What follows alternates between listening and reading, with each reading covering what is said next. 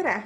Mina olen Brandemi projektijuht Karina ja räägin täna natukene LinkedIni profiili loomisest. Sest järjest rohkem tehakse sihtotsingut ja selleks, et värbajatele veebis hästi silma jääda, on hea, kui sul on lihtsasti ja õigesti koostatud LinkedIni profiil. Niisiis, ütleme, et sa oled juba teinud endale LinkedIni kasutaja ja kui sa sisse logid, siis sa jõuad siia uudisvoogu. Ja selleks, et oma profiilile minna, on siin üleval selline nupuke Me ja siit sa saad minna siis View Profile. Kahjuks on see platvorm ainult inglise keeles, seega ma kasutan osaliselt ka ingliskeelset terminoloogiat, loodetavasti see ei ole probleem. Ühtlasi võta praegu ka lahti enda LinkedIn ja võta see video sinna kõrvale ja siis sa saad paralleelselt vaadata ja muuta asju just nii, nagu ma kõike niimoodi ükshaaval siin näitama hakkan. Ehk siis, kui sa oled jõudnud oma profiilile, siis sa näed siin päist, ehk siis kus on põhiinfo, sinu profiili pilt, päise pilt ja siis info, kus sa töötad, su nimi ja nii edasi. Selleks, et profiilil midagi muuta, näed sa siin selliseid pliiatsi ikoone. Kui sa nendele klikkida, siis saab kõike muuta. Aga käime need siis ükshaaval läbi. Alustame profiili pildist. Ehk siis, kui sa profiili pilti valid, siis see võiks olla midagi neutraalse taustaga, nii et sina paistad kindlasti välja. Ja selline portree pilt, mis siis ühesõnaga loob sinu profiili vaatavale inimesele siis esmamulje nii-öelda sinust. Siis selle taga, nagu sa näed, on päisepilt, mis võtab üsna suure ala sellest ekraanist. Ehk siis see on hea võimalus visuaalselt edasi anda üsna palju informatsiooni. Näiteks nagu minul on siin pandud Brandemi logo, ehk siis kohe saab aru, et ma töötan Brandemis, siis on ühtlasi mu meiliaadress ja siis niimoodi lühidalt, kokkuvõtlikult või ühe lausega ma olen siia kirja pannud, mida ma teen. Ehk siis saadki aru, et HR, personali valdkond, communication solutions, kommunikatsioonilahendused. Ehk siis ma teen midagi personali valdkonnas, midagi kommunikatsioonilahendustega. Ehk siis saab nii-öelda selle põhiasja, põhiinfo kohe inimesele edastada. Siis selle all on nimi ja ühtlasi siin on nüüd märksõnad, mis tähistavad siis seda valdkonda, kus ma tegelen või kus ma töötan. Ja need sõnad on leitavad otsingusüsteemis. Seega paljud inimesed panevad siia enda ametinimetuse, aga mida on veel hea panna, ongi siis märksõnad, mille kaudu siis inimesed saavad minu profiili üles leida. Ja need saab eraldada kas püstkriipsu või siis punktikesega. Siis siin paremal sa näed, on ka Brandemi nimi, ehk siis siia kuvatakse minu kõige viimast töökogemust. Ja see tuleb automaatselt, kui ma pärast oma töökogemust lisan allpool, et sinna me ka jõuame. Siis nende märksõnad all on siin, et ma toimetan Eestis, mul on 285 kontakti ja siis on kontaktinfo. Kui siia peale vajutada, siis siin esimeseks asjaks näitab ta sinu profiili LinkedIni linki, mis kui sa seda vaatad, siis tõenäoliselt on su nime taga paar suvalist numbrit. See on automaatne link, mille LinkedIn genereerib ja tegelikult seda linki saab muuta. Kahjuks seda ei saa siit teha, vaid see on natuke keerulisem, ehk siis kui sa paned siit kinni ristist ja lähed siia Edit, Public Profile and URL, siis ta saadab sind teise maandumislehe peale. Ja siin samas üleval näed sa jälle pliiatsi nupukest, kui sa siia peale vajutad, siis sa saad seda lõppu muuta. Seega ma soovitan sul ära kustutada need nullid ja panna lihtsalt lingiks siis enda ees- ja perekonnanimi või lihtsalt perekonnanimi või eesnime täht ja perekonnanimi. See on valikuline, aga et see oleks võimalikult lihtne, et sa oskaksid seda peast, seda linki ka kirjutada, kui näiteks vaja. Vajutad save ja see on salvestatud. Nüüd minnes tagasi siis siia profiilile ja kontaktinfosse, siis ühtlasi sa saad siia lisada veebilehe. Mina olen lisanud Brandemi lehe, aga sa saad lisada ka näiteks enda kodulehe, kui sul on, või oma portfooliolehe, et sellele saab siit ilusti kiiresti ligi. Ühtlasi telefoninumber, valikuline meiliaadress, saad panna ka isikliku meiliaadressi ja siis ka Skype. Ja kõike muud infot saab muuta siit pliiatsi nupult ja siis saadki lisada siia asju. Siis viimasena selles päise osas on siin all selline osa, et sa saad valida, kas värbajad näevad, et sa parasjagu otsid tööd. Ütleme, et otsid. Saad vajutada siia Get Started ja siin sa saad valida siis, mis ametitele sa avatud oled, kus kohas ja kas sa lihtsalt oled siis pakkumistel avatud või sa oled valmis kohe alustama niipea, kui pakkumine tehakse ja sa võtad selle vastu. Ühtlasi sa saad valida, kas sa tahad töötada täisajaga, projektipõhiselt ja nii edasi. Ja siis saad lisada selle profiilile. Sa saadki valida, kas seda näevad ainult värbajad või seda näevad kõik. Ja kui sa valid, et ainult värbajad, siis näiteks sinu tööandja seda ei näe. Nüüd liigume edasi järgmisesse sektsiooni, mis on About. Ehk siis see on sinu nii-öelda lifti pitch. 3 lausega ütled ära, kes sa oled, mis sa teed ja näiteks, mis on sinu ambitsioonid.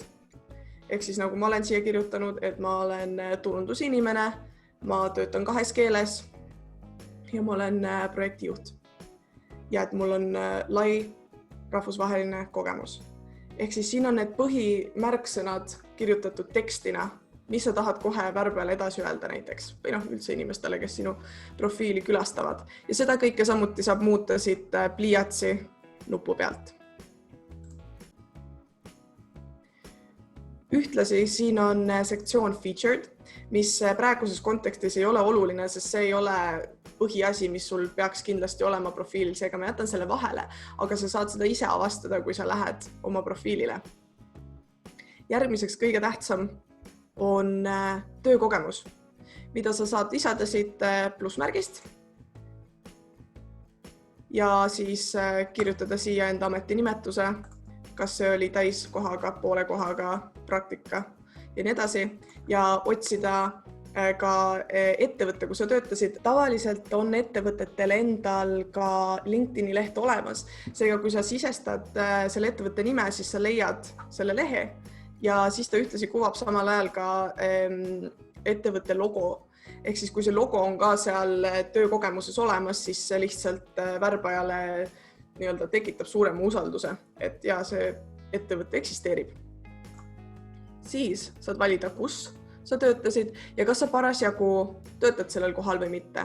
Sellest oleneb lihtsalt, kas sa paned kuupäeva, millal sa lõpetasid või mitte. Ühtlasi, kui sa paned siia linnukese, siis see kuvabki sinu päises seda ettevõtte nime, mis mul oli seal Brandem praegu. Seejärel, kui sa alla kerid, siis sa jõuad sellisesse kohta nagu kirjeldus.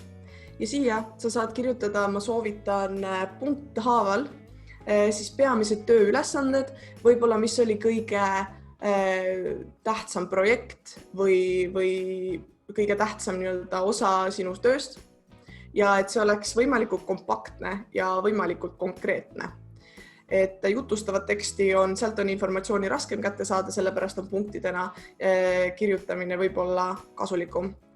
Ja kõige viimane osa on siin, sa saad ühtlasi lisada näiteks pilte, dokumente, videosid, kas siis oma arvutist, vajutades upload, või siis lingina, näiteks kui ongi kuskil artikkel avaldatud või kuskil YouTube'is on video. Sa saad ka need kõik sinna lisada ja kui sa vajutad save, siis ta kuvab lõpuks sinu kogemust sellisena. Nagu sa näed, siin on minu ametinimetus, ettevõte, millal ma alustasin, ma töötan Tallinnas ja punkthaaval siis minu nii-öelda tööülesanded. Ühtlasi linkidena siis ka artikkel ja video, mille ma teinud olen. Seega värbaja saab kohe vaadata, milliseid projekte ma läbi viinud olen. Nüüd järgmine sektsioon on haridus, mis on täpselt samamoodi. Plussist saab lisada ja täpselt samamoodi nagu siis töökogemus. Ma ei hakka seda läbi käima, sest see on täpselt samasugune. Samamoodi saab lisada ka enda vabatahtliku kogemuse, mis on valikuline.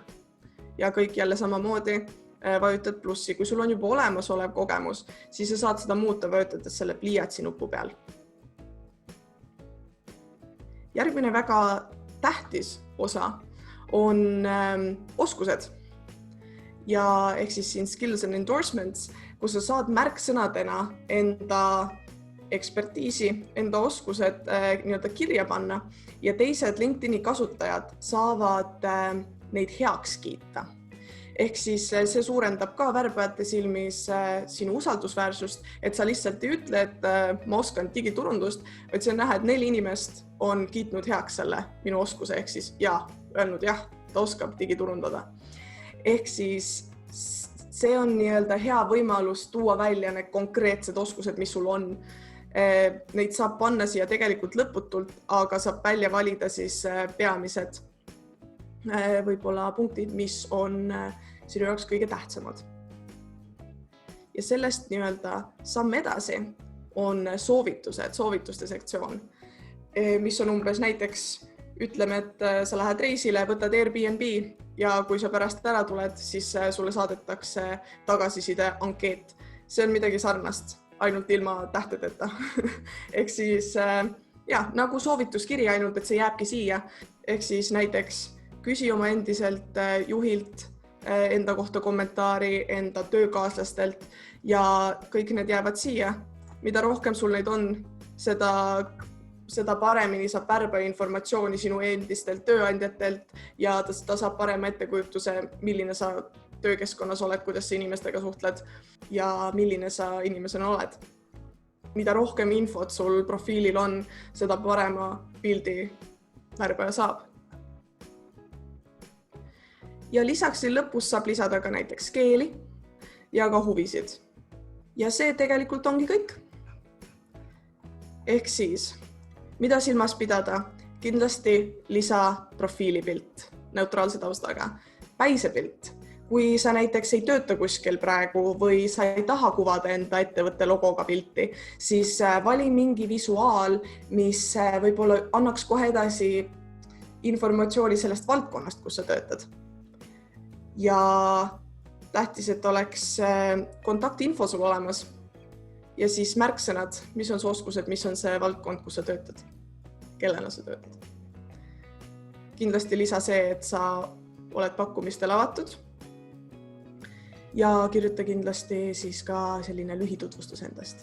Ja seejärel töökogemus, haridus ja soovitused ja oskused. See ongi praeguseks kõik. Loodetavasti said siit praktilist informatsiooni. Aitäh vaatamast ja järgmise korrani!